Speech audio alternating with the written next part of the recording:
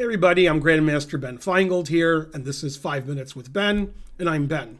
And I want to look at a game that was played in the ongoing Tata Steel tournament between Max Warmerdam, one of the top Dutch players, and Arjun Erigaisi, who until recently was 2,800 FIDE, but he's not having a good tournament, because not everybody can have a good tournament. Sometimes you have a bad tournament. Truth hurts. Okay, so they got this position with Warmerdam being white. White has the two bishops, and white has the vatals, because black's king is stuck in the center and can't really escape. So Arjun closed the center with d5 and also attacked the bishop. And Warmerdam left his bishop on e4 and played the tactic queen takes b5. The idea is if you take the bishop, queen takes d7 is mate, now that the d file is open. So Arjun saw that and played rook to d8. Oh, I'm sorry, he played c4. He played rook to d8 next move. I'm getting ahead of myself. c4 stops the white queen from getting back into the game in case black wants to get some kind of attack. So Warmerdam played rook a7, threatening queen takes knight checkmate, then rook d8. I got ahead of myself.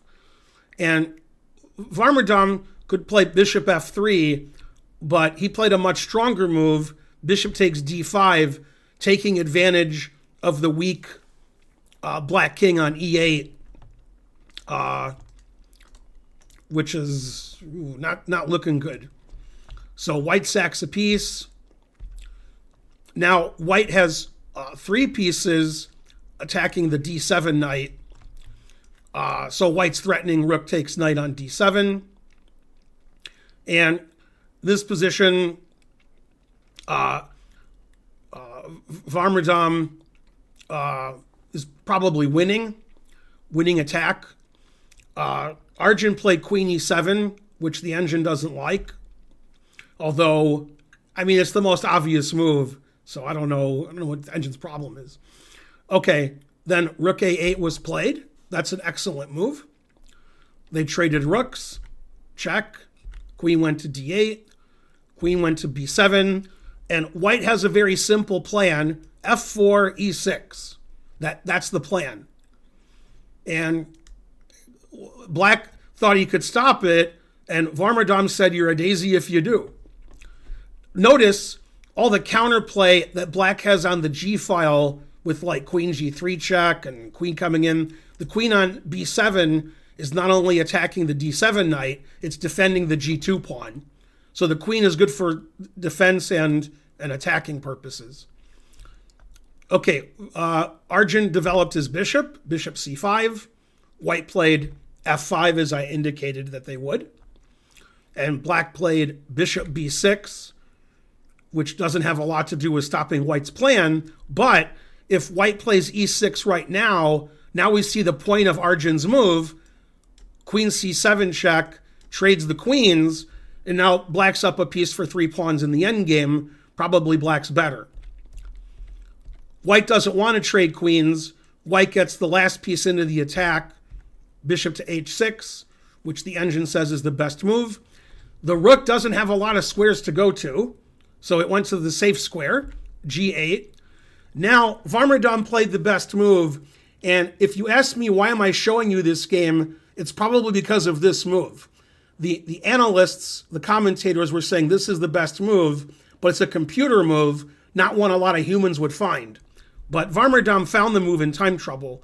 Again, if white plays e6, black plays queen c7 check.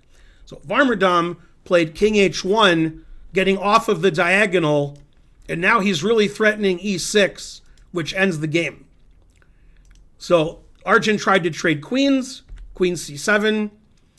Warmerdam centralized his queen with queen d5. Now it's ready, time for e6. Arjun played rook to g3. Maybe he wants to play rook d3 and trade off the rooks because he's getting mated. Too slow, e6.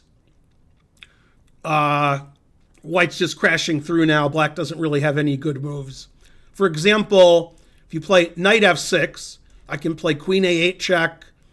The queen can't go to d8 because there's a rook here. And if king e7, Queen f8 is checkmate. If you don't like checkmate, you got something against that checkmate. I got another checkmate for you. Bishop f8 checkmate. Always play bishop f8 checkmate. Okay, so Arjun took on e6. Warmerdam played queen takes e6 check. Black played the only legal move. And Warmerdam wrapped up the game in this position with a really nice retreat. Always retreat. The queen is overworked.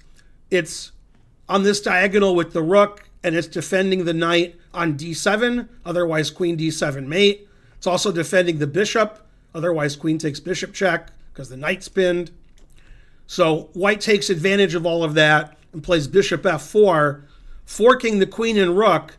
The queen can't take the bishop because queen takes d7 is mate. And you can't allow bishop takes queen check.